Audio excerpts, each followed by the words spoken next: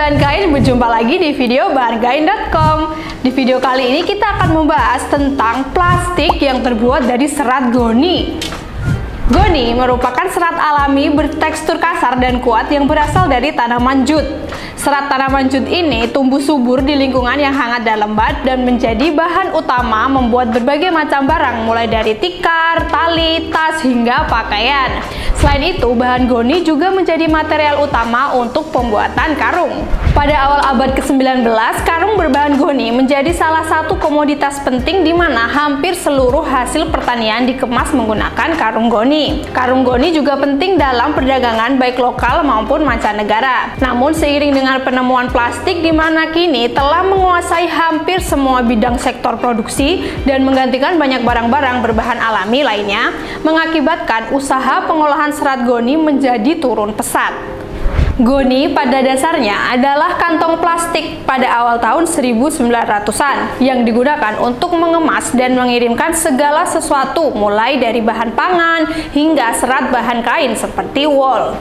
Selama Perang Dunia Pertama, Eropa mengimpor lebih dari 1 miliar karung pasir goni untuk digunakan dalam Perang Parit. Bangladesh merupakan salah satu pemasok serat goni terbesar di dunia dengan menghasilkan 200 ton jut per hari dan dapat mengekspor hingga senilai 1 miliar dolar tiap tahunnya. Negara ini juga merupakan negara pertama yang melarang pemakaian kantong plastik, didasari dari sampah plastik menjadi penyebab masalah lingkungan di Bangladesh. Permasalahan akibat plastik ini juga mempengaruhi industri pengolahan serat goni di Bangladesh. Berbeda dari beberapa tahun lalu di mana pabrik dapat menjual per bulan bisa mencapai 4.000 metrik ton goni, kini penjualan serat goni menurun pesat hingga menjadi setengah dari jumlah tersebut. Penurunan produksi goni dimulai sekitar masa Perang Kemerdekaan Bangladesh. Banyak pabrik goni yang tidak memiliki pemilik. Sedang pada saat yang sama, plastik mulai populer di pasar global. Terlebih tidak bisa dipungkiri bahwa penggunaan kantong plastik memang sulit untuk sepenuhnya ditinggalkan. Maka dari itu, seorang ilmuwan Bangladesh, Mubarak Ahmad Khan, membuat inovasi berupa kantong plastik biodegradable yang berbahan utama tanaman jut.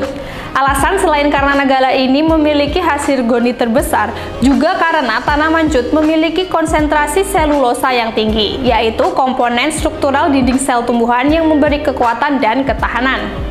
Pertama, serat goni mentah yang dibeli langsung dari petani diparut menjadi potongan berukuran 4 mm. Kemudian mereka dicampur dengan beberapa bahan kimia rahasia untuk mengekstrak selulosa. Selanjutnya, selulosa dicampur dan dimodifikasi agar larut dalam air dan menggabungkannya dengan zat dan molekul yang menyatukan semuanya. Untuk membuat menjadi lebih mirip plastik, larutan dimasukkan ke dalam ruang reaksi yang dipanaskan. Setelah cairan mendingin, mereka mencampurkannya dengan polimer yang berasal dari tumbuhan dan pewarna makanan alami. Hasil akhirnya kemudian dituangkan langsung ke mesin casting film. Di sini komposit diputar pada sabuk baja dan dikeringkan dengan udara panas hingga menjadi lembaran film berwarna. Mubarak mengatakan ramuannya tersebut tidak mengandung limbah atau produksi minyak bumi.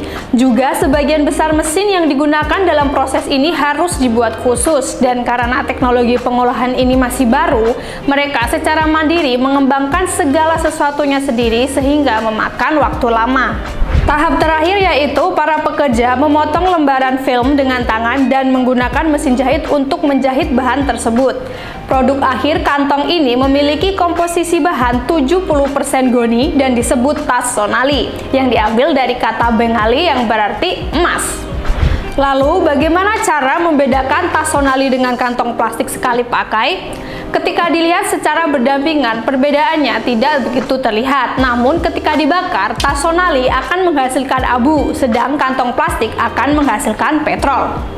Meski pemerintah Bangladesh telah memberikan sertifikasi bahwa tas sonali dapat terurai secara hayati, penggunaan secara komersial masih cenderung rendah karena harga tas sonali sekitar 10 kali lebih mahal dibandingkan tas plastik dan sekitar 5 kali lebih mahal dibandingkan bahan biodegradable lainnya seperti kantong kertas. Walau demikian, setelah lebih dari 20 tahun mengerjakan proyek ini, Mubarak masih yakin bahwa goni dapat mengatasi masalah plastik, tidak hanya di Bangladesh, tetapi juga di negara-negara lain. Wah, menarik sekali ya. Ternyata serat goni juga bisa dipakai untuk bahan membuat kantong plastik. Gimana nih pendapat teman-teman? Tulis di komentar ya. Nah, terima kasih sudah menonton video bahan kain sampai akhir. Jangan lupa terus pantengin channel kami untuk video-video menarik selanjutnya. Jangan lupa untuk like dan juga subscribe. Sampai jumpa di video selanjutnya. Bye-bye!